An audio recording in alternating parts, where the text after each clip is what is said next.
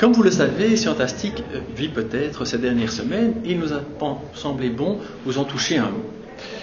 Tout d'abord, un tout grand merci à tous ceux qui nous soutiennent. Nous avons une pétition accessible par notre site internet en ligne qui a déjà recueilli plus de 1800 signatures.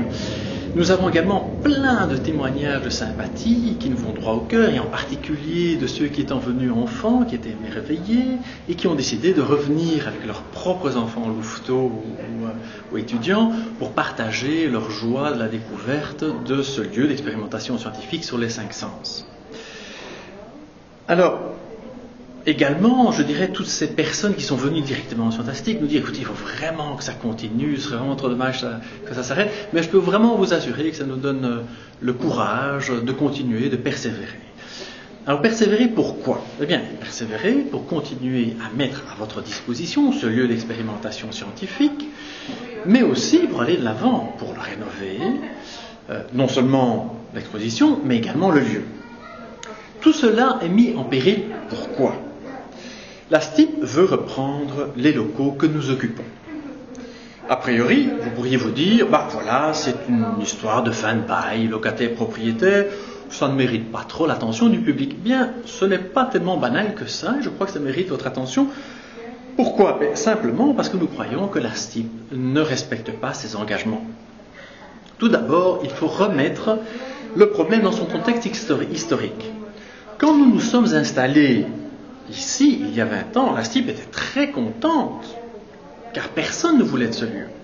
Et nous avait promis verbalement à l'époque que l'on pourrait y rester à vie. Et ce fut une réussite. Scientastique a rencontré un vif succès. On accueille 50 000 visiteurs par an, dont 25 000 élèves, 10 000 touristes étrangers. Donc on était en pleine expansion, c'était vraiment un grand succès, tant d'un point de vue touristique, puisqu'on est des 10 attractions les plus fréquentées de Bruxelles, que pour l'éducation des sciences, une priorité de la région. Alors que nous prospérions, la STIP laissait se détériorer la station. Et tous les commerces qui s'y sont installés, les uns après les autres, ont fait faillite. Nous sommes les seuls à y être restés et à avoir survécu. Comment est-ce que la STIP nous remercie, nous, bons locataires, aujourd'hui? Eh bien, en nous demandant de déguerpir, de partir. Alors qu'elle avait, pendant ce temps, écrit une promesse pour nous garder au moins jusqu'en 2019. Vous pourriez à ce moment-là vous dire, probablement que si la STIP recourt à une demande qu'un bon locataire parte alors qu'il réussit si bien, il doit y avoir vraiment une bonne raison. Eh bien, pas. Jugez plutôt par vous-même. Tout d'abord, la STIP affirme qu'elle aurait proposé d'autres lieux pour que nous puissions nous y déménager. C'est faux. La STIP nous a proposé en fait que la porte de Halle.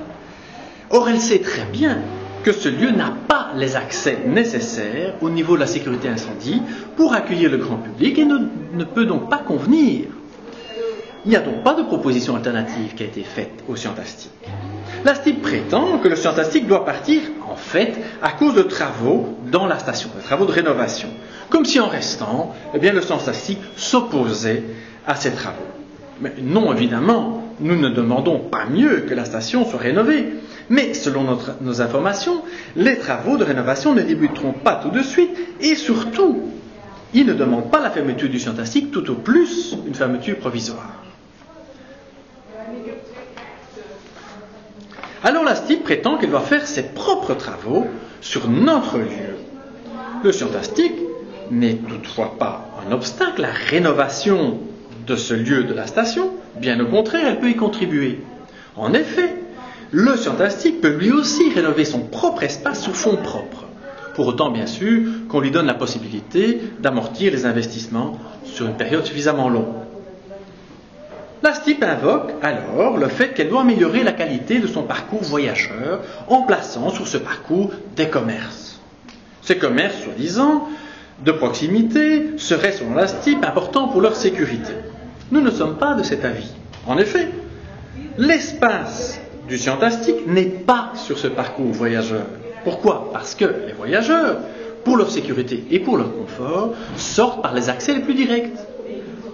Or, quel que soit l'endroit du quai d'où ils partent jusqu'en voirie, les chemins les plus directs ne passent pas par l'espace du Scientastique, mais tout au plus juste devant les espaces, juste devant la vitrine du Scientastique. Donc ils ne passeront jamais, ce parcours voyageur ne passera jamais par l'espace occupé actuellement par les Scientastiques. Or, il faut savoir que dans la station, il y a 900 mètres carrés d'inoccupés qui parcourent entre eux, sont sous le parcours voyageur et que la STIB pourrait utiliser pour y installer ses magasins. Mais voilà, la STIB ne s'en contente pas.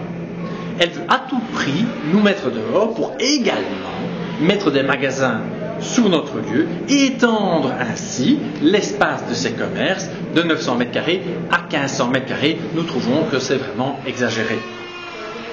De plus, si c'était tellement important, cette histoire de qualité de parcours voyageur, alors on peut se demander pourquoi, à la station Essence, ils ont autorisé dans le passé à avoir un espace socio-culturel. Nous sommes également une association socio-culturelle, et maintenant un centre pour les sans-abri. Bref, cet argument de la STIB tombe bel et bien à l'eau également. Nous en venons à croire que toutes les justifications de la STIB sont en fait un prétexte pour que le Scientastique s'en aille, pour faire partir le Scientastique et simplement y mettre des magasins. Nous nous sommes donc retournés vers la région pour à l'aide. En effet, il ne faut pas oublier que c'est la région qui est propriétaire du lieu, pas la STIB. Dans le passé, la région a mis gratuitement ce lieu à la disposition de la STIB, notre bailleur. La région pourrait, à l'avenir, mettre ce lieu directement à notre disposition, sans passer par la STIB, comme elle l'a du reste fait, place à Essence, dans un contrat avec la ville de Bruxelles, où justement ils vont développer maintenant un centre pour les sans-abri, et c'est du reste très louable. Nous avons dès lors tenté de rentrer en contact avec la ministre Groel, CDNV, en charge notamment des stations de métro. Mais elle a, jusqu'à présent, refusé non seulement de répondre à tous nos courriers, mais également de nous recevoir. Elle se range en fait complètement du côté de la STIB. Ce qui est très contradictoire. En effet, la région exige, dans le cadre de l'attribution d'une subvention, que nous restions dans ces locaux au moins jusqu'en 2019.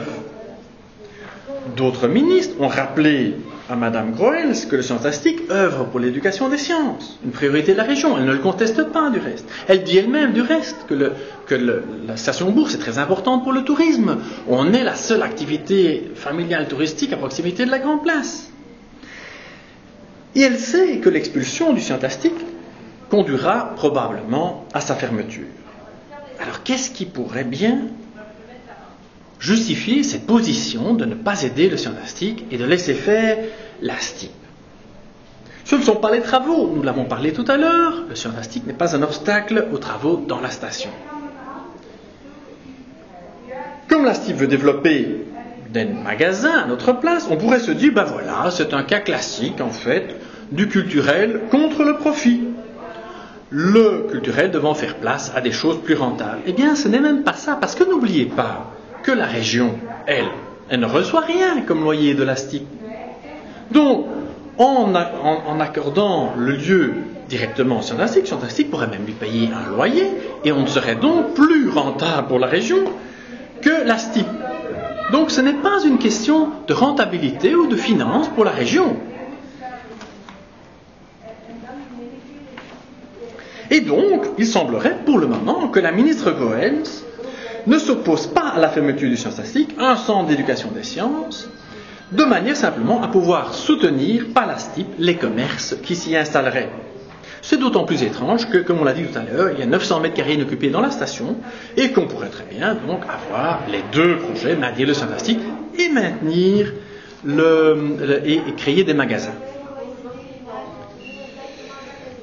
Mieux vaudrait tout au moins que la STIB fasse la preuve de ces magasins sur les 900 mètres carrés existants avant de nous demander de partir. Ça me semble quand même assez logique. Devant un tel argument, la STIB et la ministre mettent en avant des projets sociaux hein, des projets socioculturels, avant, hein, donc l'espace d'exposition, place Renaissance, un centre pour les sans-abri, tout ça est très loin, mais ça ne fait en fait que renforcer l'aberration d'avoir une position si tranchée contre l'éducation des sciences, du scientastique, alors que dans d'autres espaces, juste tout près, eh bien, ils ont des positions beaucoup plus louables et tout à fait justifiées.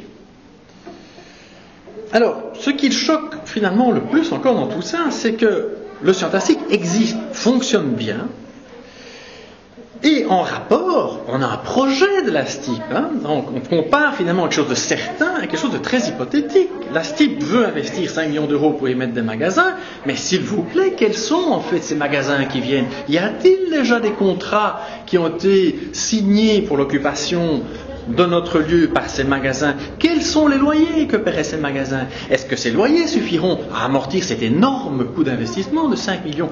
C'est très hypothétique, c'est très spéculatif. On ne voit rien de concret à ce sujet-là et rien de donné à la presse de ce côté-là.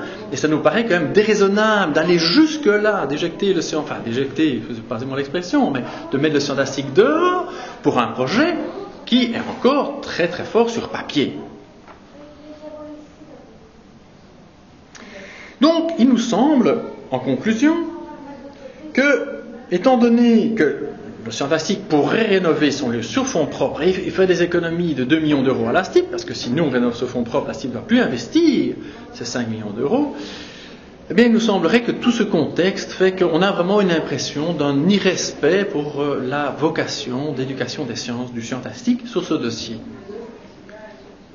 Et c'est pourquoi nous n'avons pas d'autre choix que d'attaquer la STIP en justice. Nous ne sommes pas bagarreurs, mais vraiment nous y sommes contraints. Nous avons privilégié toutes les solutions à l'amiable, mais de toute évidence, la STIP n'en veut pas. C'est pourquoi nous espérons toujours que la ministre veuille bien nous recevoir pour reconsidérer sa position ou pour nous trouver un autre toit. C'est pourquoi nous demandons également au ministre-président Charles Piquet d'intervenir en notre faveur pour avoir une prolongation au moins jusqu'à la décision du juge sur l'affaire en juin 2013, le temps de nous trouver d'autres solutions, un autre toit. Et si vous voulez nous soutenir, eh bien nous en avons effectivement besoin, fatalement, pour convaincre les autorités. Il y a un lien accessible par notre site vers une pétition.